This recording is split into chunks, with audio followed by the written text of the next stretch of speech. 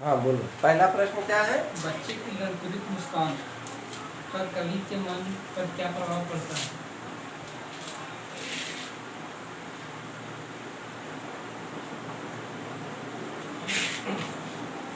देखो बच्चों, पहला प्रश्न है कि बच्चे की दंतुरित मुस्कान से कवि के मन पर क्या प्रभाव पड़ता है।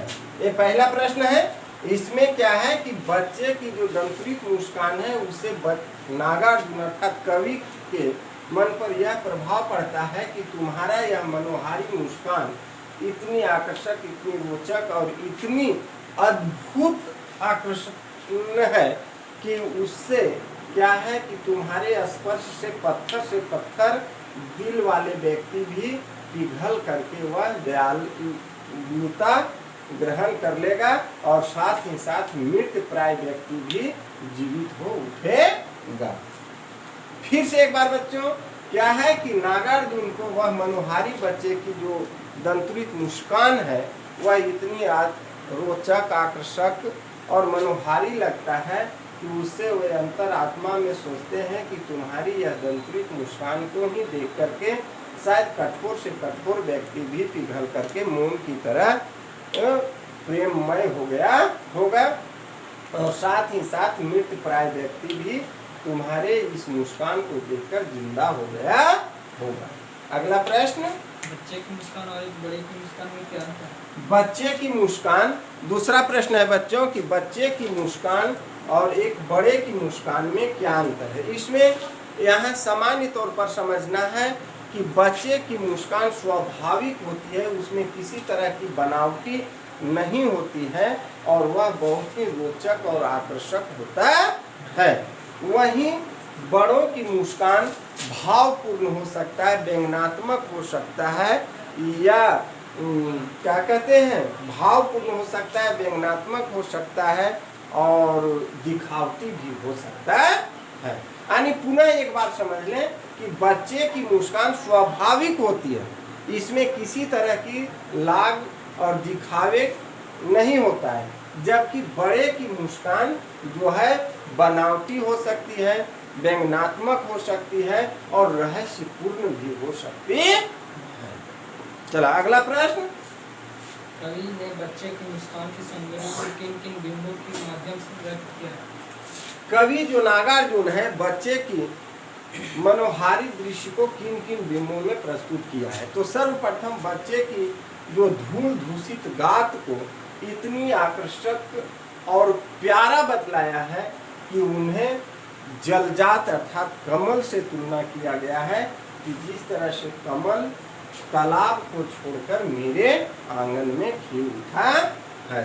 साथ ही साथ उसकी स्पर्श को कवि शेफालिका के फूल से किया है, अर्थात बच्चे की दंतुरित मुस्कान के स्पर्श मात्र से ही लोगों के अंदर खुशियां ही खुशियों का बौछार आ जाता है। अगला प्रश्न क्या है? भाव स्पष्ट कीजिए।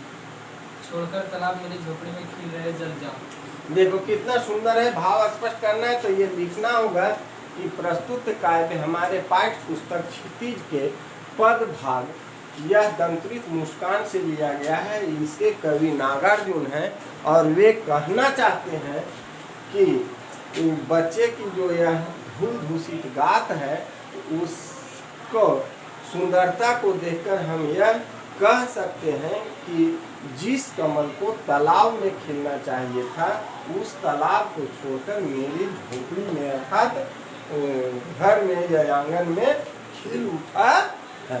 पुनः इसको एक बार समझ लें। इसे शुरू करना है कि यह काव्य हमारे पाठ्य पुस्तक क्षितिज के पद भाग यह दंतुरित मुस्कान से लिया गया है। इसके कवि नागार्जुन है। नागार्जुन बच्चे की मनोहारी दृश्य को देखते हुए उनके धूल दूषित शरीर की सुंदरता का वर्णन करते हुए कहते हैं कि जिस कमल को तालाब में खिलने चाहिए वह कमल तालाब को छोड़कर मेरी झोपड़ी में खिल उठा है। छू गया तुमसे कि झरने लगे पड़े शेफालिका के फूल बांस का या कि बबूल। देखो प्रश्न है कि छू गए शेफालिका के फूल बांस था या बबूल के माध्यम से नागार्जुन क्या कहना चाहते हैं कि बच्चे की स्पर्श इतनी ही ममता भरी और प्रेम भरी होती है कि उसके छुअन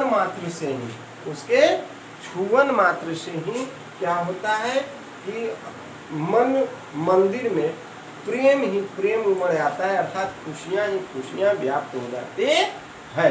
और पुनः बच्चे से वे प्रश्न भी करते हैं कि तुम्हारे स्पर्श से मेरे अंदर तो खुशियां व्याप्त हो गई, लेकिन मेरा स्पर्श तुम्हें क्या बांस या बबूल की तरह कटीला या कठोर तो प्रतीत नहीं हुआ।